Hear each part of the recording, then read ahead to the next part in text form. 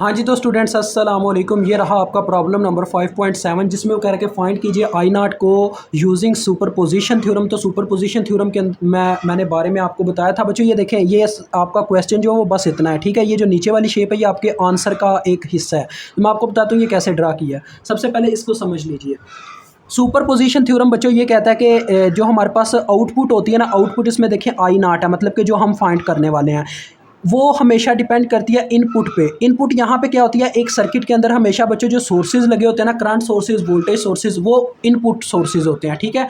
वो ये कहता है सुपरपोजिशन थ्योरम के हमेशा आउटपुट जो है इनपुट सोर्सेज पे डिपेंड करती है, मतलब कि हर एक इनपुट सोर्स का उस आउटपुट के अंदर कुछ ना कुछ किरदार होता है। यानी अगर ये 30 वोल्ट का सोर्स लगा हुआ है ना, तो ये वोल्टेज सोर्स कुछ ना कुछ आई नॉट को जनरेट करके दे रहा होगा। यानी कि या तो आई नॉट की वैल्यू को बढ़ा रहा होगा या डिक्रीज कर रहा होगा, या इंक्रीज कर रहा है या डिक्रीज। इसी तरह से 30 मिली एम्पेयर भी कुछ ऐसा ही किरदार निभा रहा होगा। तो हम ऐसा भी कर सकते हैं, सुपरपोजिशन ने ये कहा था कि हम ऐसा कर सकते हैं कि हम क्या करें, एट अ टाइम एक सोर्स को ऑन रख के ये देख लें कि उसका कितना इफेक्ट है इसके ऊपर, तो आप उसका एक हिस्सा फाइंड आउट कर लेंगे। यानी कि आप इसको डिफरेंट पार्ट्स में डिवाइड करके इसको कैलकुलेट कर सकते हैं टोटली। तो हम क्या करेंगे बच्चों, एट अ टाइम एक सोर्स को ऑन रख के इसको कैलकुलेट करेंगे, और सब जब कैलकुलेट हो जाएंगे उन सबको जमा करके हमें एग्जैक्ट आई नॉट की वैल्यू पता चल जाएगी। अब देखें, मैं आपको बताता चलूँ, जब बच्चों वोल्टेज सोर्स शट डाउन होता है ना, तो वो एज अ शॉर्ट वायर के तौर पर रिप्लेस किया जाता है, और जब करंट सोर्स शट डाउन होता है यानी कि ऑफ होता है, तो वो एज अ ओपन सर्किट के तौर पर रिप्लेस किया जाता है। अब मैंने क्या किया है, सबसे पहले नंबर पे मैंने ये देखना चाहा कि 30 वोल्ट का जो वोल्टेज सोर्स है वो कितनी आई नॉट जनरेट कर रहा है, ठीक है। तो वो आई नॉट की एग्जैक्ट वैल्यू नहीं होगी, वो आई नॉट का कुछ हिस्सा होगा। डेट्स वाई देखें, ये मैंने सर्किट जब ड्रा किया इसमें बस मैंने 30 वोल्टेज का जो सोर्स था उसको ही सिर्फ ऑन रखा हुआ है, बाकी जितने सोर्स थे सर्किट के अंदर वो मैंने टर्न ऑफ कर दिए हैं। तो देखो, ये जो करंट सोर्स था जब ये शट डाउन हुआ तो मैंने आपको बताया था करंट सोर्स जब शट डाउन होता है वो एज आ ओपन सर्किट के तौर पे रिप्लेस हो जाता है। तो ये ओपन सर्किट, इसकी जगह देखें वायर्स की जगह मैंने लगा दिया, ओपन सर्किट लगा दिया, ठीक है। और आई नॉट का कुछ हिस्सा जनरेट हो रहा है, आई नॉट की एग्जैक्ट वैल्यू नहीं यहाँ पे जनरेट हो रही। डेट्स वाई मैं इसको आई नॉट तो मेंशन वहीं पे किया जहाँ पे है, लेकिन इसको हम कहेंगे आई नॉट प्राइम, यानी कि आउटपुट का कुछ हिस्सा, ठीक है। इसको हम पहले कैलकुलेट कर लेंगे कि यानी 30 वोल्टेज का जो सोर्स है वो कितनी आई नॉट जनरेट कर रहा है, ठीक है। बाद में हम फिर इसको ऑन करेंगे, इस सोर्स को, और दूसरे को ऑफ कर देंगे। फिर उसके अकॉर्डिंग देखेंगे वो क्या कर रहा है, इंक्रीज कर रहा है, डिक्रीज कर रहा है, यानी कि वो कितना हिस्सा जनरेट कर रहा है। फिर उन दोनों को जमा करेंगे, क्योंकि दो ही सोर्सेज, अगर 3 होते 3 को जमा करते, 3 निकाल के, तो दोनों को जमा करेंगे तो हमें आई नॉट की एग्जैक्ट वैल्यू पता चल जाएगी, ठीक है बच्चों। ये देखें, मैंने ये सर्किट आपके लिए ड्रा कर दिया। तो मैंने कैसे ड्रा किया आपको बता दिया, अब तो आप समझ गए होंगे। मैंने बस ये किया कि सिर्फ एक सोर्स को पावर ऑन रखा है, बाकी सबको शट डाउन कर दिया। अब 2 ही थे, इसी वजह से दूसरा ही बस शट डाउन हुआ है। अगर 3 होते ना तो बाकी 2 शट डाउन हो जाते, बस ये वाला ऑन रहता। तो ये देखो, ये शट डाउन हो गया तो एज अ ओपन सर्किट के तौर पर रिप्लेस कर दिया गया। तो चलिए यहाँ स्टार्ट करते हैं। सबसे पहले हम नोडल एनालिसिस की मदद से बच्चों आई नॉट प्राइम को कैलकुलेट कर लेते हैं। आपको पता नोडल एनालिसिस टेक्निक में सबसे पहला काम होता है नोड को आइडेंटिफाई करना। जिनको नहीं पता वो जाके चैप्टर नंबर 3 एक दफ़ा समझ लें। तो बच्चों नोड आइडेंटिफाई करना, नोड एक ऐसा पॉइंट होता है जहाँ पे 3 चीज़ों की वायर अटैच हो, ठीक है बच्चों। यानी कि जहाँ पे एक से ज़्यादा चीज़ों की वायर अटैच हो वो नोड होता है, जहाँ पे 2 चीज़ों की वायर अटैच होती है वो बाइनरी नोड होता है, उसको हम कंसिडर नहीं करते, वो हमारा क्वेश्चन जो है लंबा कर देता है। हायर नोड बच्चों एक ऐसा नोड जहाँ पे 3 चीज़ों की वायर अटैच हो उसको हम कंसिडर करते हैं, और सरफेस नोड को जहाँ पे 3 से ज़्यादा चीज़ों की वायर अटैच हो, इन दोनों को कंसिडर करते हैं, ठीक है। सबसे पहले नंबर पर बच्चों देखो, ये एक नोड है जहाँ पे 3 चीज़ों की वायर अटैच हो रही है, ये एक हायर नोड है। तो 3 रजिस्टर्स है ना, तो ये मेरे पास एक हायर नोड है, यहाँ पे मैं V1 के नाम से वोल्टेज ले लूँगा, ठीक है जी। उसके बाद देखो, ये एक नोड बनता तो सही है, लेकिन ये एक सरफेस नोड है, क्योंकि तीसरी वायर जो है वो ओपन है।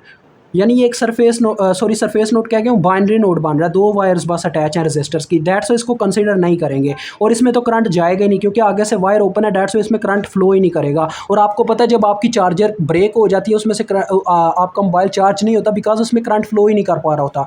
उसके बाद बच्चों देखो, एक नीचे हमारे पास हायर नोड बन रहा है, यहाँ पे 3 चीज़ों की वायर अटैच है। एक इस रजिस्टर की आके अटैच हो रही है, एक इस रजिस्टर की, एक इस वोल्टेज सोर्स की। तो ये मेरे पास दूसरा हायर नोड है जिसे मैं ग्राउंड कर दूंगा, क्योंकि जब तक एक नोड ग्राउंड नहीं होगा तब तक करंट फ्लो नहीं कर पाएगा। तो एक नोड का ग्राउंड होना जरूरी होता है सर्किट के अंदर, ठीक है। अब बच्चों मैं देखो, अगर आई नॉट प्राइम की इक्वेशन लिखना चाहूँ, मुझे आई नॉट प्राइम मालूम करना है, तो आई नॉट प्राइम की इक्वेशन क्या बन रही है? ये एक ऐसी करंट है जो V1 के नोड में से लीव करते हैं, जिस नोड में से करंट लीव करती है उसी वक्त उस नोड के वोल्टेज और आगे माइनस लिख देना होता है। और देखो यहाँ से करंट लीव करती है, एंटर करती है 0 वोल्ट में, तो आगे आ जाएंगे 0 वोल्ट के नोड के वोल्टेज और बटे में जितनी रजिस्टेंस रस्ते में वो आ जाएगी, जो कि 12 के रस्ते में आई है। तो लिहाजा इसकी इक्वेशन बन रही है V1 डिवाइडेड बाई 12 के। तो ये आपके पास बच्चों इसका फार्मूला है आई नॉट प्राइम को कैलकुलेट करने का। तो इसका मतलब आपको V1 पहले कैलकुलेट करना होगा। V1 आप कैसे कैलकुलेट करोगे? KCL अप्लाई करोगे। KCL क्या था बच्चों? The sum of entering current is equal to sum of leaving current, यानी कि जितना करंट एक नोड के अंदर एंटर करता है उतना ही लीव करता है। तो मैं KCL अप्लाई कर रहा हूँ नोड 1 के अंदर। ये मेरा नोड 1 है, इसके घेरे में बच्चों जितनी वायर्स आ रही हैं सबकी मैंने करंट्स लिखनी है। तो आपको बताता चलूँ हर वायर की यानी कि करंट लिखनी है। बताता चलूँ मैं लेफ्ट इज इक्वल टू के बच्चों, जो मेरा इज इक्वल टू होता है ना, उसकी लेफ्ट हैंड साइड पे हमेशा मैं लिविंग करंट्स लिखता हूँ, क्योंकि एल से लिविंग बनता है, इसलिए मेरी ट्राई होती है कि मैं लेफ्ट हैंड साइड पे लिविंग करंट्स लिखूँ और राइट हैंड साइड पे एंटरिंग करंट्स लिखता हूँ, यानी कि जो नोड के अंदर करंट एंटर कर रही होंगी उनको मैं लिखूंगा राइट हैंड साइड पे इज इक्वल टू की। तो देखो सबसे पहले मैं इस वायर की करंट लिखना चाहता हूँ, क्योंकि इस वायर की करंट से स्टार्ट करते हैं। तो इस वायर की करंट का मुझे पता नहीं है, देखें कोई मतलब कि करंट मेंशन ही नहीं है, वोल्टेज सोर्स है, रजिस्टर है। तो जिस वायर की करंट का नहीं ना पता होता, वहाँ पे हम ये मतलब कि कंसेप्ट लेते हैं। मैं यहाँ से अपने ना माइंड के अंदर इसकी एक इक्वेशन बनाऊंगा। यहाँ से मैं करंट को अगर बच्चों लीव करवाता हूँ इस नोड में से, तो मुझे क्या करना पड़ेगा? उसी वक्त इस नोड के वोल्टेज आगे माइनस लिखना होगा। जैसे यहाँ पे आई नॉट प्राइम की इक्वेशन लिखी थी, ऐसे ही यहाँ पे भी करेंगे।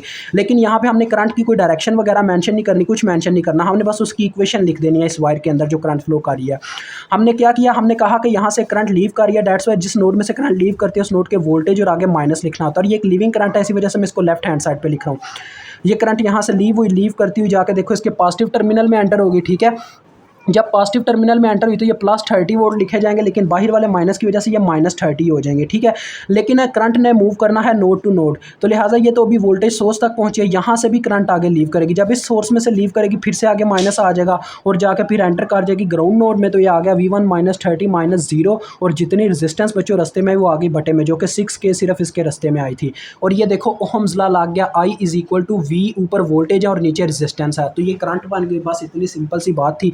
उसके बाद बच्चों देखो दूसरी वायर आती है ये वाली, इसकी भी मुझे करंट का नहीं पता, अननोन करंट है ये। तो मैं इसकी भी इक्वेशन ऐसे लिखूंगा, यहाँ से करंट को लीव करवाऊंगा, अपने माइंड के अंदर ये कंसेप्ट रखूंगा। तो जब करंट लीव हुई उसी वक्त इस नोड के वोल्टेज आगे माइनस आ गया, करंट लीव आगे माइनस, तो यहाँ से करंट लीव करती हुई जाके एंटर करके 0 वोल्ट में, तो आ गया V1 -0, और जितनी रजिस्टेंस रस्ते में वो आगे बटे में, जो कि 12K है, ठीक है। नोड टू नोड मूवमेंट करानी है आपने करंट की हर दफ़ा। प्लस अब इस वायर की भी मुझे देखें करंट का नहीं पता, तो यहाँ से भी मैं करंट को लीव करवा देता हूँ, उसी वक्त आ जाएगा V1-। अब यहाँ से करंट देखो बच्चों लीव करती है, पहले इस 2 किलो ओम में एंटर कर दिया, आगे यहाँ पे आके उसको दो रास्ते मिल रहे हैं, एक ये वाला और एक ये वाला। मैंने जैसा कि बताया था ये एक ओपन सर्किट है, यहाँ पे करंट को आगे जाने का रास्ता ही नहीं मिलेगा, यहाँ पे करंट गुजर ही नहीं पाएगी, लिहाजा सारी की सारी करंट आगे यहाँ पे जाएगी। तो यहाँ पे करंट नहीं जाएगी, इस वायर के होने या ना होने से कोई फर्क नहीं पड़ता, दैट्स वाई यहीं से करंट आगे चली जाएगी, इस 2 किलो ओम में से गुजरेगी, फिर इस 2 किलो ओम में, फिर जाके एंटर कर जाएगी ग्राउंड नोड में। तो ये आएगा V1 -0, और जितनी रजिस्टेंस रास्ते में आई वो हमने बटे में लिखनी है। देखो बच्चों कितनी रजिस्टेंस आई है, 3 रजिस्टर रास्ते में आया, तो तीनों का सम बटे में आ जाएगा 2K + 2K + 2K, ठीक है। थोड़ा छोटा लिखा है क्योंकि जगह कम थी। अब देखो बच्चों जितनी इस रजिस्टर यानी कि जितनी इस नोड के घेरे में वायर्स आ रही थी सबकी हमने मतलब कि करंट्स लिख दी, = 0 आ गया, क्योंकि एंटरिंग करंट कोई है ही नहीं थी। अब हम क्या करते हैं, देखो बच्चों इस मतलब के इक्वेशन का जो एलसीएम बन रहा है उसके साथ मल्टीप्लाई करवा के इसका बटा खत्म करवाते हैं। इसका देखो 12K एलसीएम आता है, इसका एलसीएम निकाल सकते हो, मैथ आपको अगर आता है तो आप निकाल सकते हो। तो 12K के साथ मैं पूरी इक्वेशन को ज़रब देता हूँ, आपने सॉल्व भी करना, आप किसी भी तरीके से कर लो, लेकिन मेरा ये सिंपल तरीका है। यहाँ पे जब 12K ज़रब खाएगा, किलो किलो से कटेगा, 6 1 बार 6 2 बार 12, 2 ऊपर ज़रब खा जाएगा, 2V1 - 2 30 बार 60 होता है। आपने साइड पे ऐसे लिख देना है कि हम किस चीज़ से मल्टीप्लाई करवा रहे हैं इक्वेशन को, मल्टीप्लाइंग बाय 12K, ठीक है जी, ऐसे लिख देते हैं। उसके बाद यहाँ पे जब 12K ज़रब होगा तो 12K पूरे का पूरा कटेगा, ऊपर वाली टर्म एज इट एज आ जाएगी। उसके बाद यहाँ पे जब 12K ज़रब खाएगा, यहाँ पे बटे में देखो 6K बन रहा है, 6 1 बार 6 2 बार 12, 2 ऊपर ज़रब खा जाएगा, तो = 0। ये आपके पास कुछ इक्वेशन ऐसे आ रही है, और अगर आप इसको सॉल्व करते हैं देखें क्या बन रहा है, 2 और 2 4, 4 और 1 5, 5, ठीक है जी। 5V1 ये देखो यहाँ पे -60 = में जाके ये +60 हो जाएगा। और नेक्स्ट स्टेप में बच्चों क्या होगा, V1 इधर ही रह जाएगा, 60 के बटे में चला जाएगा 5, और 5 12 बार 60 होता है, तो ये आगे 12 वोल्ट। V1 की आपको वैल्यू मिल गई है, तो अगर आप यहाँ पे पुट करते तो आपको I नॉट प्राइम की वैल्यू मिल जाएगी। I नॉट प्राइम की बच्चों क्या वैल्यू आएगी, V1 की वैल्यू पुट करके देखो, 12 / 12K, तो ये तो 1 आ रहा है और किलो ऊपर जाके मिली बन जाएगा, यानी कि 1 मिली एम्पेयर आपके पास करंट जनरेट होती है इस 30 वोल्ट के सोर्स की वजह से। अब हम क्या करेंगे, 30 मिली एम्पेयर का सोर्स ऑन करेंगे और इसको शट डाउन करके देखेंगे आई नॉट कितनी करंट जनरेट होती है। अब मैं इसका सर्किट फिर से ड्रा करता हूँ, मुझे टाइम दें।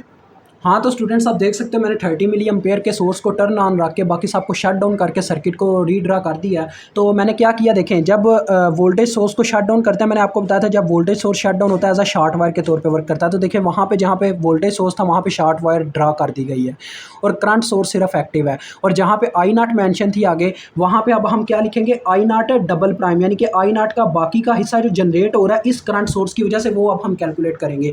फिर से बच्चों अब मुझे कोई नया कंसेप्ट देने की ज़रूरत नहीं है क्योंकि लूप एनालिसिस थोड़ा मुश्किल हो जाएगा आपके लिए, तो हम नोडल एनालिसिस टेक्निक का ही यहाँ पे भी इस्तेमाल करेंगे, ठीक है, इस सर्किट के अंदर भी। तो सबसे पहले नंबर पे बच्चों देखो ये एक हायर नोड बना है जहाँ पे 3 चीज़ों की वायर अटैच है। V1 के नाम से हम वोल्टेज ले चुके हैं, तो यहाँ पे V2 के नाम से ले लेते हैं। उसके बाद ये एक हायर नोड बना है जहाँ पे 3 चीज़ों की वायर अटैच है, 2 रजिस्टर, एक करंट सोर्स, तो ये यहाँ पे V3 के नाम से वोल्टेज आ गए। उसके बाद देखो नीचे एक पूरा सरफेस नोड है जहाँ पे 4 चीज़ों की वायर आके अटैच हो रही है। ये 2 रजिस्टर्स हैं ये वाले, एक ये रजिस्टर है, एक करंट सोर्स है। और मैंने आपको बताया था जहाँ पे 3 से ज़्यादा चीज़ों की वायर अटैच होती है वो हमारे पास सरफेस नोड होता है। और इसे हमें क्या करना पड़ेगा, ग्राउंड करना पड़ेगा, क्योंकि जब तक एक नोड ग्राउंड नहीं होगा करंट फ्लो नहीं कर पाएगा, ठीक है। तो यहाँ पे आ गया 0 वोल्ट। अब बच्चों हम क्या करेंगे, इन नोड्स के ऊपर वही KCL लगाएंगे। चले आए लगाते हैं KCL। सबसे पहले मैं इस नोड के ऊपर KCL लगाता हूँ। तो सबसे पहले मैं इस वायर की करंट लिखना स्टार्ट करता हूँ। देखो बच्चों लिख लीजिएगा, अप्लाई KCL एट नोड 2, ठीक है। ये नोड 2 कहलाएगा क्योंकि नोड 1 आगे हम ले चुके हैं V1 के नाम से, तो उसको नोड 2 कह लेते हैं, ठीक है बच्चों। तो सबसे पहले मैं इस वायर की करंट लिखने लगा हूँ।